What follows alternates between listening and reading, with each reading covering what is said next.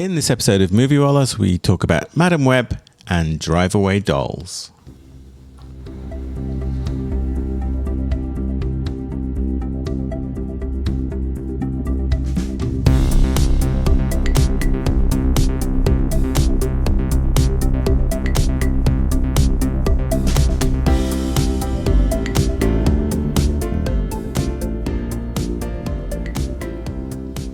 It's time for Moviewallas. Hi, this is Joe. Hi, it's Rashmi. And Yazdi as well. Moviewallas is your weekly dose of film reviews, movie news, and general banter in theatres, on DVD, online streaming, or in the back of an airplane. If you love the movies, this show is for you. Hello, hello, hello. Hello. Greetings. Back-to-back recording. That's why we're in the same clothes as and drinking the same drink. Drinking the same drink as we were in the last podcast. And hopefully you can see that, because once again, we're going to continue this YouTube experiment for a while. Hopefully you enjoy watching Moviewallas that way. Please add us to your feeds and subscribe and all that good stuff. And Yazdi, boy, oh boy. You are in a party mood tonight. Yes. I need to be topped off, but I'm fine. Good Lord, go get some more Prosecco, man. No, I'm just kidding. It's all an act. It's just sugar water, right? Yes. They go down very smoothly. Yeah, no, these are spritzes. If you didn't catch our last podcast, we're drinking. Then shame on you. Then yes, indeed. But I've still got some of mine left. Yes. Not that I'm judging Rashmi. Look, compare. I think yes, that means Yazdi had the hardest week. I did. No. So, of the three of us. All right. Or I'm the closest to becoming an alcoholic. As I take a sip of my spirits. Okay. We have a couple of movies to talk about, Madam Web and Drive-Away Dolls. But I guess since there's only two movies, we can do something we haven't done since last year, which is our usual segment of I can't find anything to watch on video on demand. And that's where we talk about streaming picks and things that are in our Netflix queues, things that we've watched, things that we think you should watch. All of the above and all of the services. So it used to be Netflix, but now we talk about whatever, wherever. If you can stream it, we'll talk about it. So, guys, what have you been watching? So I'm really happy to recommend a movie. It's on Netflix. It's about to leave Netflix, so get this soon. It is the movie called Good Time, which was directed by the Safdie brothers, yes. Benny and awesome. Josh, and it starred Robert Pattinson, Benny Safdie, and Jennifer Jason Leigh, amongst many others. And this was just, I think this for me was the turning point in recognizing that Robert Pattinson is actually a really good actor. Yeah. This is a phenomenal movie. This just had me, it engages you from the first opening scene right to the end. Fantastic movie. Good time. Not a fun movie, very serious movie, but really good. But it has the same tone as the other movie that the Safdie brothers did with Adam Sandler. Yes. The Gem. What was it? Uncut Gems. Uncut Gems, yes. It has the same tone. It's gritty. It kind of makes you anxious while you're watching it. Yes, it's very gritty. And it's probably the best example I can think of a movie that just raises your general level of anxiety. I mean, I was on the edge of my seat. I had a knot in my stomach. I was nauseous at some point with what was going on with the characters. Not because of, gore or anything like that, but because of the sheer pressure of the moment. It's a pressure cooker movie. The way they dial that up, they ratchet up, and it's mainly got three characters in it for most of the movie, but boy, they're so good. Yeah. Robert Pattinson and Benny Safdie as his brother, so good. Yeah. And there's a casual feeling to all of the performances there. Like the lines almost feel improvised, which tonally took me a little bit of adjusting to, but I did really enjoy how naturally the whole thing flows. I mean, that's a great pick, Rashmi. Yes, thank you. What you got? So I'm going to recommend. I'm going to do something which I haven't done before, which is I'm going to recommend a movie which ultimately did not work for me, but I'm still going to recommend it because it's so unusual and it has so much going for it. And the movie is an Amazon original movie called Foe, F-O-E. Like enemy foe. And the reason why I'm recommending it is because it has two of the smartest, most promising, most good-looking actors of the current generation, which is Saoirse Ronan and Paul Mescal. And they play husband and wife. Fantastic that sounds combo. Really it's good. Fantastic. And it's from the director of the movie Lion. Remember the movie? Yes. Yes. Dev Patel. Yeah, with Dev Patel. So it's from Garth Davis who directed that. And I think the movie's ultimate biggest fault is that it can't decide what kind of movie it wants to be. It's a sci-fi movie. It's set sometime in the future where artificial intelligence created people versus actual people cannot be differentiated from each other. But at the same time, it wants to be a deeply, deeply introspective movie about the failure of marriages. And so it's a weird juxtaposition. It doesn't all quite come together, but boy, those two people act their asses off. I mean, I'm like, they're so invested in this movie that it's just worth it to watch just for the two of them. It has a very kind of melancholy, sad tone, and it has a kicker of a twist at the end that you may or may not see coming, but it has so many things going for it. So even though the movie as a whole didn't work for me, I still remember it. I still think about it. And it's one I would recommend, especially if you like either Paul Mescal or Saoirse Ronan. Love both of them. Yeah, it's definitely. And are they Irish in the movie? Because both of those actors are Irish by birth. Okay, that's good. I like when they play themselves. Yes. Joe, what's yours? Well, I guess Tenet. Inspired by the Interstellar. Leave me alone, you two. Inception. Honestly. No. Okay, I'll be quiet. I've Sorry. got Oppenheimer. The Majestic. No, I'm not going to once again recommend a Christopher Nolan movie. Other than if you did want to watch Oppenheimer, it is available on streaming now. It's a wonderful movie. It is. And it's going to pick up a lot of Oscars this year, so I'm happy about that. Yeah. That it will. So I am too. Yeah. But So as he was like draining his glass. segueing no. over. Oh, look, Sawyer, our Moviewallas dog. Makes an appearance. Yay. Hello, Miss Sawyer. She doesn't talk very much. She does not. She's not a great podcast dog, She's but she might be a adorable. YouTube star. So wave to the camera, Sawyer. Sawyer, look at the camera. All right. Well, you two are distracted by Sawyer there. I'm going to talk about my pick, which is inspired by the fact that we are trying YouTube, and it's a web series that I've gotten Rashmi addicted to. Yes. Oh, okay. On YouTube. On YouTube, and it's called Itchy Boots. Does it classify as video on demand? It's YouTube. It's YouTube. But it's free. Okay. You don't have It's to free. It's useful read. It's I'm completely free. addicted to this. It's a YouTube. So essentially, this is a vlogger, right? A video blogger. Her name is Norley. She comes from the Netherlands, and she rides motorcycles around the world.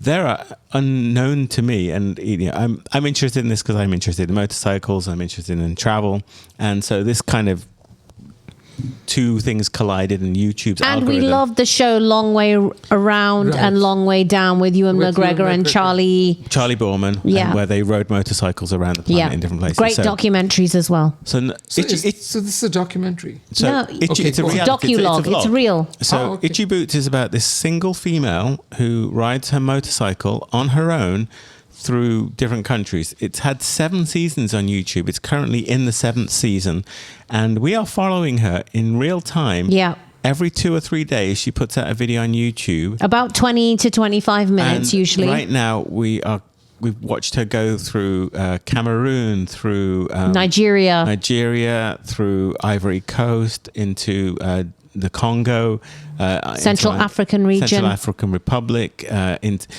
this is again these episodes are about 20 minutes long, and that it's her.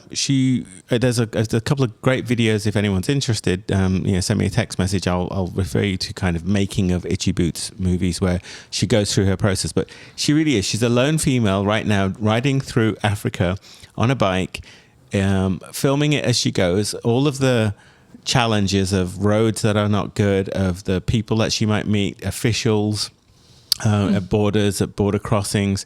It makes for such compelling it's viewing. Fascinating. And it's always anxiety ridden because she is a lone female.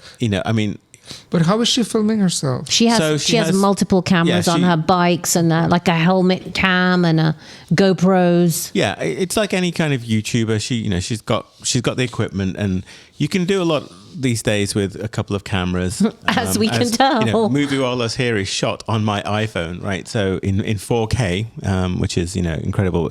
So the equipment stuff is not the problem here, but the challenges that she has as, again, on her own, going through countries, on a motorcycle, it's always fascinating. And all I could say is just check out a couple of episodes. Find episodes of places where she's been that you may be interested in. Right now, it's Africa, and I'm finding it absolutely fascinating. She sees culture. It's not about the food. It's not necessarily about the people. It's about her adventure. But she's built up a huge following here on YouTube. It might be welcome to last week for us as well, because we've recently discovered Itchy Boots, and she's now got 7 seasons, so she's very popular online. But she started in India, so I'm eager to. Absolutely. Oh, it's wonderful, and you can dip in and out. We've dipped into some countries that we're interested in, and they're pretty short. They're like 5 to 15 minutes. They're and now they're usually 20 to 25 minutes. Yeah, I think she's settled into kind of a 20 to 30 minute, depending on what happens. Sometimes nothing happens, right? She gets on her motorcycle, she drives from A to B. But it's still fascinating that she's on her own. She comes across, corrupt officials some of the time. She speaks multiple languages. It's fascinating. Yeah. It's fascinating. We're absolutely addicted. At least twice a week now, Joe's New Itchy Boots is out. Yeah, and we'll be we have our dinner, we sit down. It's the very first thing we watch. Yeah, it's kind of funny. Great. So good choice, Joe. All right, so let's recap. Rashmi, your choice was Good Time on Netflix. Yazdi, you had 4 on Amazon Prime. And I chose Itchy Boots on YouTube. So, plenty to watch. All right, let's jump then into our main meal, which is the 2 movies. Which is standing between our main meal. And actually, it is, yes, we're once again, something we've kind of made a habit is following Moviewallas recordings. We go and eat. Which is always fun. Noodles of some sort. So, yes, looking forward to that. Okay. Madam Web and Drive Away Dolls. Okay. Tackle them in that order? Yes. Okay, so I have Madam Web, and unfortunately Joe and I were unable to catch the screening of this one because we did something else, which we'll tell you about in a future podcast. But Yazdi, you saw this one. In a switch from the typical genre, Madam Web tells the standalone origin story of one of Marvel Publishing's most enigmatic heroines. The suspense-driven thriller stars Dakota Johnson as Cassandra Webb, a paramedic in Manhattan who develops the power to see the future. And realizes she can use that insight to change it.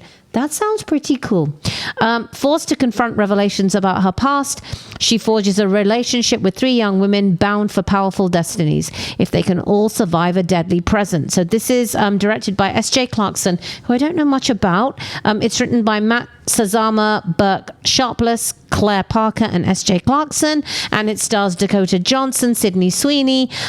This has Mike Epps, Emma Roberts, Adam Scott, Zosha Mamet, and Celeste O'Connor. Did I say that? Isabella Merced. Merced. So, Yazdi, this is being panned on Rotten Tomatoes. 13% on the Tomatometer by the critics, and only 54% for audience scores. Ouch. So, is it really that bad? Should we erase your memory of this one? No, you shouldn't. I think maybe I've said this before. Maybe the single biggest deterrent of anybody's enjoyment of a movie is expectations. So I didn't go. I don't know anything about Madame Web. I always thought that it's a weird title, but apparently it comes from the comic books. So I went into this with 0 expectations, and I actually enjoyed it up until the last 15 minutes when it gets very corny, and it's I'm like, come on, right? Don't get corny, because I think the movie maintains such a good balance.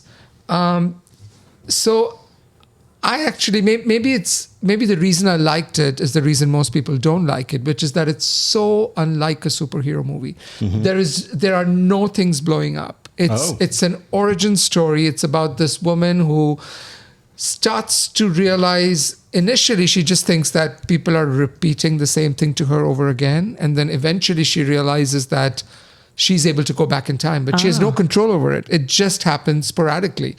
And then she realizes this sometimes helps her save people. And the way that whole thing is edited, the way the whole thing is maintained, and it kind of has really, I thought, very good production design, because it's set in the 90s, then it moves into the 2000s, because it, it goes over a period of time.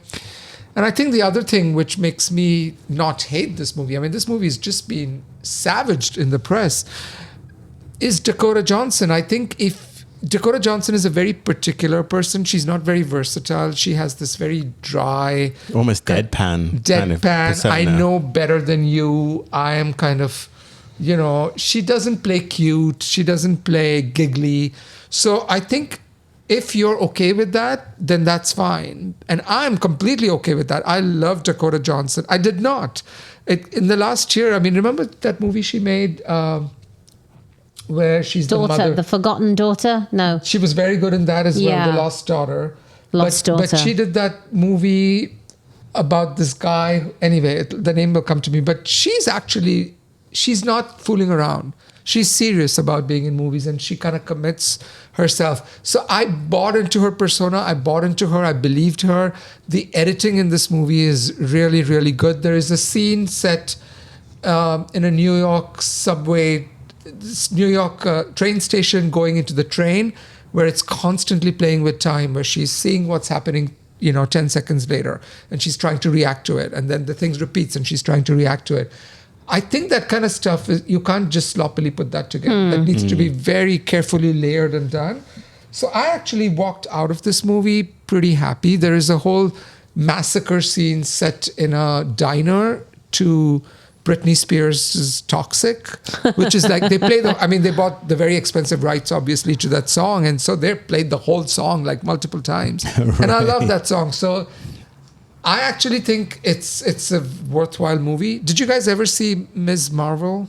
No, we never didn't did. Get to see that one. I did, because I have AMC, whatever. Yeah. And one evening I was bored, and one weekend I was bored. I like that movie too. So I think, I don't know, sometimes once people start hating on it, everybody kind of piles on. Yeah. I will say the end is kind of, I was rolling my eyes saying, come on, you managed. Do better. I mean, you managed to keep the right tone up until now, and now you're going to get all corny and cheesy about it. But yeah, I don't think it deserves the 13% score. I would give it a 7 out of 10. Okay. Yeah. Wow. And that's more than you gave Argyle in the last show. Yeah, for sure. Oh. Really? Yeah, I mean, I enjoyed it because mainly because I didn't know where this movie was going. Right. I'm like, are there people from other DC comics who are going to show up? And it's not. It's just a straight, flat out origin story. Sorry, I was going to say, we always say this. Expectations has a lot to do with your experience of a movie. Yeah. It really does. But I find that the comic book movie ratings tend to be all or nothing, right? Yeah. Either people love them or they hate on them. Yeah, but 54 is middle of the road. This is not 54. This is for the audience. Sure, no, but I'm talking about critics. So yeah, okay. I think they either do really well critically Yeah. because they bring something fresh and new, or they get slapped around because they're just another comic book movie. So I don't know. I mean, thinking maybe that's what's led to the low score here, is that it doesn't bring anything fresh. Maybe, and I don't know. I didn't know the story of Madam Web, and it starts in Peru, which is kind of interesting to me. And I don't know. I don't want to get into there, but is this movie not doing well because it doesn't have any lead male characters? Like, she plays Madame Web, who finds out she has the ability to go back in time, but it just happens randomly, like I said. Mm-hmm. And so she kind of de facto becomes the protector of these three girls, these teenagers, who, for various reasons, people are out to kill. So she kind of becomes this motherly figure. So it's a very feminine movie. The director is a first-time director who is a female director. So because comic book movies tend to be a predominantly young male kind of realm, is this movie not doing well? Because, guys are like, when are things blowing up? Like, when are people going to start kicking each other? When is a badassery going to come? Correct. And that kind of doesn't happen. The only other thing I will mention is that Adam Scott needs to immediately have a talk with his agent because I don't know what he's doing in this movie. You know Adam Scott from, Parks and Rec. Yeah, but we saw him in that, what was that fantastic series he was in on Apple? Yeah, not Succession. No. It sounds like Succession. Yeah, you know the one. the set in The Office. Yeah. I'm going to find it. Yeah. Severance. Yeah. He's very good. He's really good in that. Yeah. Okay, so 7 out of 10. 7 out of 10. Okay. And I would have normally given it a 6, but only because everybody's beating up on it. I'm like, it's not that bad. It's very, very watchable. 7 out of 10. Okay. Yes. Next one. Movie number 2 this week then is Drive Away Dolls. So yes, he has this one. Yes. So the Coen brothers have their names written in American cinema history forever and ever for making incredible, amazing movies in the last 2 decades. They have made movies like No Country for Old Men and Fargo, and so many movies. I mean, if they never did another thing, they'd be fine. They made a whole bunch of movies. The last set of movies they made was The Legend of Buster Scruggs, which I love, which is a little anthology of movies. Please, if you haven't watched it on Netflix, watch it like right now. It's amazing. And then for a while, I think they're just the two brothers because they've been making movies together for like 25 years, I think. They just got maybe a little weary of each other, a little exhausted of each other. So they decided, each one decided I'm going to make my own movie. So Joel Coen, very famously, he's the one who's married to Frances McDormand. He made the Macbeth adaptation, which came out last year with Denzel Washington and Frances McDormand. Right, yeah. And then Ethan Coen, with his wife Trisha Cook, he decided to make in the other direction, and he made this movie which is called Drive Away Dolls. That's an odd name, and we should talk about the name of the movie. There's a history behind it. But that's their most recent movie. It opens, it's opening in February, so it always makes you suspect. But it's written by Ethan Coen. Sorry, it's directed by Ethan Coen. It's written by Ethan Coen and Trisha Cook, his wife. And the one-liner on IMDb is that Jamie regrets her breakup with her girlfriend while Marion needs to relax. In search of a fresh start, they embark on an unexpected road trip to Tallahassee. Things quickly go awry when they cross paths with a group of inept criminals.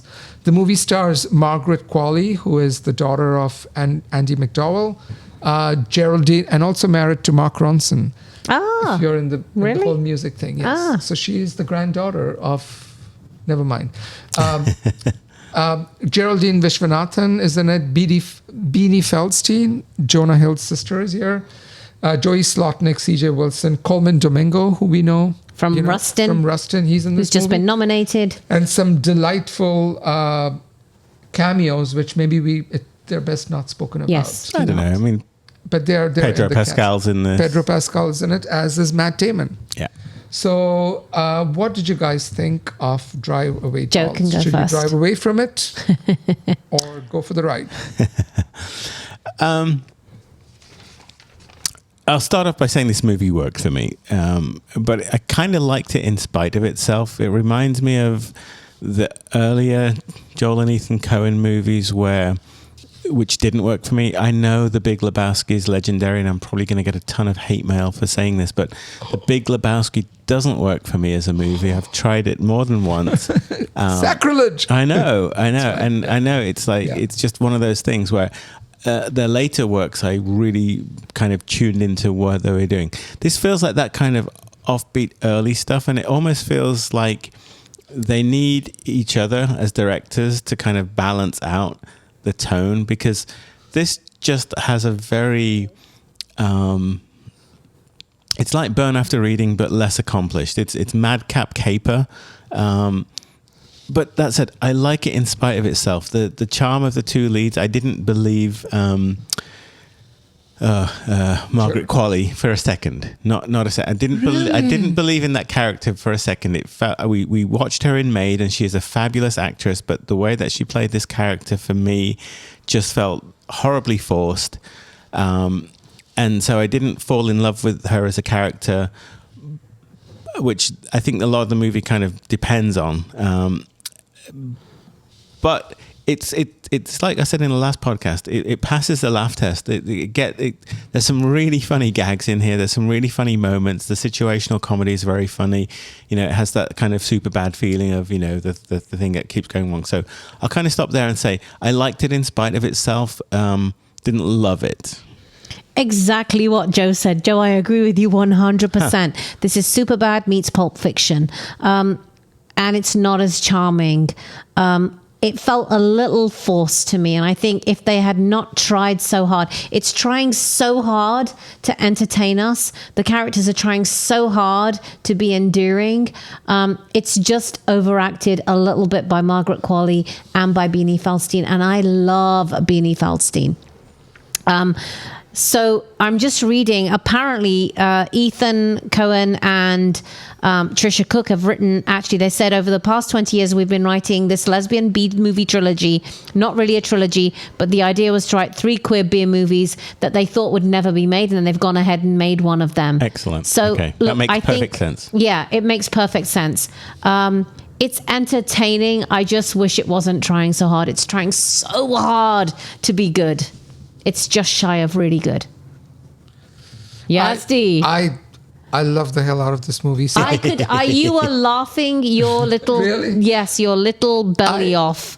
I think it's. I was going to say you were laughing your tits off, but that felt like not my big belly no. off. I think it's a question of tone, and I now that you mention it, it clicked in my head. Of course, it wants to be a B movie, and I kind of somehow.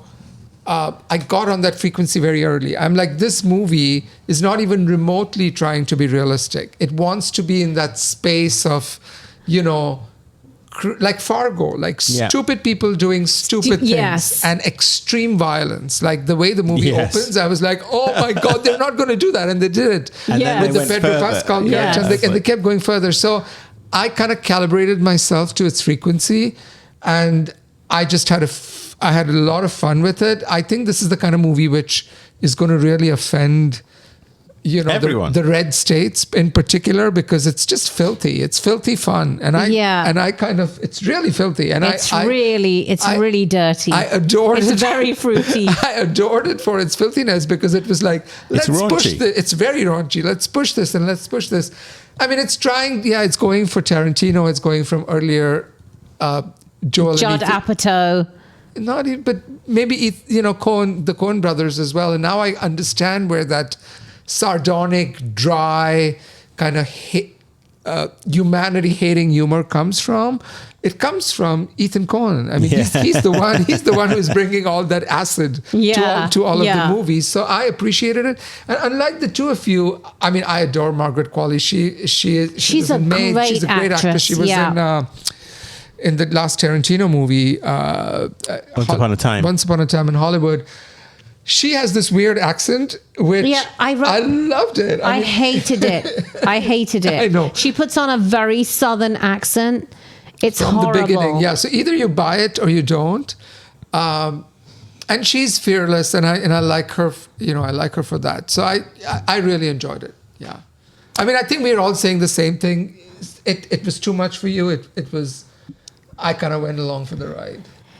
Yeah, it's not in service of the story, and I think I'm the prude of the three of us, and I find nudity on screen offensive a lot of the time if it's not in service of the story. And there is one scene which is really funny, and it's in service of the story when she's like imagining when she was a young girl. I thought that was hilarious. Yes. But other than that, it's just trying to shock us. And I don't like when movies try and shock us for the sake of shocking us. I didn't get that sense. I mean, I think it was trying to speak to the characters, you know, the kind of how liberated and, you know, they think, you know, they don't care about it's one of these discussions that we talk about generationally, right, Rashmi? Sure. Where I think there's a different, you know, there's a different mindset around sexuality than we experienced in our generation. So I think it was trying to kind of say, you know, here's someone who's just free, right, just absolutely free with it, and it feels a little overcooked. But I think there's But it's going for that B movie overcooked, like a Pam Grier kind of movie from the 70s. It's just over the top, right? Yeah. It's overly sexualized, overly violent. But I understand if the tone, if you don't resonate with the tone. Yeah. I thought the acting of the two leads was good, other than the terrible accent. From Margaret Qualley. That just put me off. I just figured, why does she have to have that awful Texan? But what I'm saying is, why is it important for this person to have this over-the-top accent? Because it just takes away from the authenticity of the character. I didn't buy it. And Yeah. that's really? That was just right from the get-go. I was like, this is not working for me. Same. I wish. And everyone else has, got that oddball feel to them. The hapless kind of, goons that are in pursuit. Which are really funny. They're funny. So that stuff is really good. And it reminded me of No Country for Old Men a little bit. In terms of the bad guys being just clueless and sadistic. I thought Matt Damon was hilarious in this. Excellent, yeah. I mean, it's really, one more edit or a few minor changes would have made this fantastic. I think what would really have elevated this would have been Joel Cohen, right? I think it brings in a balance, because I think, this is too far over in the Ethan Coen direction, if he is indeed the one that is, brings this madcap and mayhem to their world. It needed to be just dialed back a little bit if that's what they were going for. But the B movie thing, it does it. There's some shots that are really oddly timed, like the Pedro Pascal introduction at the beginning. Like that felt very hesitant. Like there were moments when it was like, okay, wait. Then something happened, and the pacing of it was kind of unusual, but that made it feel smaller. And it made it feel more amateur-y, less kind of polished, like a John Wick, where everything clicks together in perfect, balletic motion. Yeah, it's a good point. So it had that feel. Even the look and texture of the film. This isn't hyper color. This isn't. It almost felt like it was. But you even see the scene changes. Like they have this weird, like from the 60s and 70s, where the whole screen kind of flips a few times. Yeah. So it's very gimmicky. There's a lot of gimmicks in there. But I think it's trying to be deliberately have that cheap kind of sensibility. No, it feels like a first movie. No, but it does. It feels like clearly it's got all the. I know it's got all of, but it's got lots of like tricks and things and spinning things and things turning upside down, and it's like when you first used PowerPoint, you wanted to use every trick. No, they know right, Joe? Look, Joe's nodding. No, it's like really, it's like the first time you discovered PowerPoint and you discovered animation, and you made every bullet point arrive in some weird fashion. And they've used every single one of those things in this movie. But it worked for me. Yeah. I mean, the other thing I really liked was that, Margaret Qualley plays the one lead. The other lead is played by Geraldine. She's awesome. She's awesome. She was in Blockers. That movie. She was in lots of movies. Yeah. And the movie never once acknowledges her ethnicity. Like, she's just called Marion. Yeah. She's clearly of Indian descent. Yeah. But they never mention that. We see her mom later on, who seems African American. So her aunt. Her aunt, sorry. But I really like this kind of ethnically blind casting. Yeah. Where, so I think that's great. Like she can play this role. Why not? Right. And I think she's right for that role, because she's always so far felt a very inhibited character in everything she's done. So it feels kind of right for this role. And which is why when she stops being inhibited, it just comes, it feels so jarring. So yeah. Yep. I think, and there's Miley Cyrus in this too. Yeah. I mean, it's got some Thank great you, because moments. I knew it was, and I was like, wait, is that? And then I forgot to ask the question. The first time I thought, is that Miley Cyrus? And then the second or third time, I'm like, oh yeah, that's definitely Miley Cyrus. Oh, she's actually mixed race, Yazdi. Geraldine Viswanathan? Yeah, she's actually, her father is a doctor who works in nuclear medicine of Tamil descent. Her mother is from Switzerland. Oh, okay. So good. Question for you. What was the so the days are broken up by this like weird, trippy, like lava lamp type Right. moment. Yeah. What was that? Oh, it was. Yeah, what was that? Oh, so it was the connection. It's a spoiler. Okay, if Okay, it's a we'll spoiler, do it- then we'll do it It has after. to do with Matt Damon's early life when he was high on drugs and he was doing all these things and he All was right. high. Yeah, right. all right, stop there Yeah. because I didn't get. I that. didn't That- either. That and was a I little lost on me. Yeah. Initially, when it kept happening, I'm like, well, that's kind of bizarre. Yeah, I was kind of looking in my soda. It's like, is that LSD? And like, what did I just take? Yeah. Okay, score. Let's score. Cool. Joe, All right. we'll do a Yazdi sandwich. Goodness me. I can't say that I didn't enjoy this movie, and I can't say that I wouldn't tell people to go watch it because it is fun. Yes, it pushes buttons, but like you, Yazdi, I think you often say it's the duty of film to kind of do that for us, do that to us, and sure. So, as much as I want to give it a 7, yeah, I'm going to stick with a 7 as well. Even though I feel like it deserves a little more in terms of its effort, but didn't quite work for me. So yeah, that's me rambling. 7. Yazdi. Once I started buzzing at the frequency of the movie, I just had a hoot and I could not have enough of the dialogue and the crazy. You were so giggly. It was lovely. 'cause Crazy you don't shenanigans. Laugh. I don't usually laugh. You don't yeah. laugh, and I was like, Right. I was totally on the. you were on the wave, I was on the wave. the lava lamp wave. Yeah. It's filthy fun, and I think we have become. I've said this again and again. I think we have become a bit puritanical in our movies, and I think there should be some movies Yes. which are filthy that you watch, with other adults, like late at night. So, and not that this movie is pornographic or anything, not even close, but it creates some very adult situations, and I kind of liked how much it pushes the envelope in terms of making you uncomfortable. So yeah, so I'm going to give it.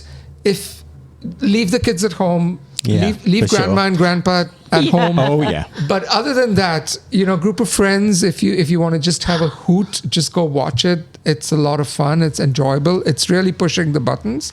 It really worked for me. So 8.5 out of 10, which I'm going to back down to an 8 right now. But I'm going to see how this movie settles, with time, because I haven't been able to forget it since we watched it. And I do want to say something about the title, but you guys carry on. Yeah. For me, it's a 7 as well. I mean, I was hovering on the 6 maybe, but it's trying so hard, and for the few laughs that it gave me, and the fact that it's such a brave movie, I have to give it 7. So tell us about Drive Away Drive Dolls. Away. I think the worst thing about this movie is the title. What does that even mean? Drive Away Dolls. And it's like there's a drive away component in the movie. And so I kind of looked it up, like, this is What such is a fun Drive Away movie. Dolls? What is it? Why Yeah. not just give it some other catchier name? Well, the reason for that is because when they originally wrote it, and they've been working on it for 20 years. For 20 years, for decades, he and his wife, they wanted to make like a queer, pushing the boundary B movie.